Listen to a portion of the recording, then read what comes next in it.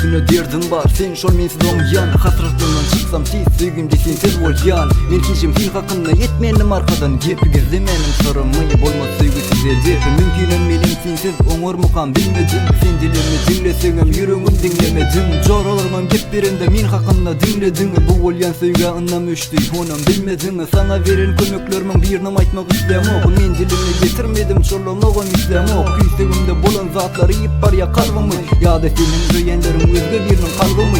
Diyen ker bir sözümdün yürek korkyadı gülüm. Asıl sırap senin meni halap gör közüm zulüm. Sana artık fiilagım bugün kıssa bedenim. Bugün özge bilen bir vaktardı bedenim. Yazyan sakıyp olam gafın eserlerim yadı yer. Tarihimde bolsun ak sen tarihin adı değil. Koyun durmuş tarihime yalan söygün odunu. Koyun durmuş kitabıma Mecnun sözün adını. Yazyan sakıyp olam gafın eserlerim yadı yer. Tarihimde bolsun ak sen tarihin adı değil. Koyun durmuş tarihime yalan söygün odunu. Koyun durmuş kitabıma Mecnun sözün adını. Sen gözüngde şol mehri menden uzaklarda var. Sen hakkında dostlarıma da sözlemeyen dil bolur. Hatta sorulaysa hem men diyerin söyüm ok. Emma şol bir hakikat sana küysegimden yok. Kıskan yadım davan yadım menem külde yiyen yadım. Atin olsun kergedekte kerdatı ağlayadım. Kalbimdaki kara sağda düşünür bu aydım sağ. Notalara bağlan yarın fetirlemde ağlayadım. Yemsizlikte senin adın sensizlikte yaşayadım. Meni yerkin saklasamam kefiyetinde kıynayadım. Şimdi kim olur ay seni üyen insan kim? Hiç kim benim yerim tutup bilmeyeceğimi düşündüm.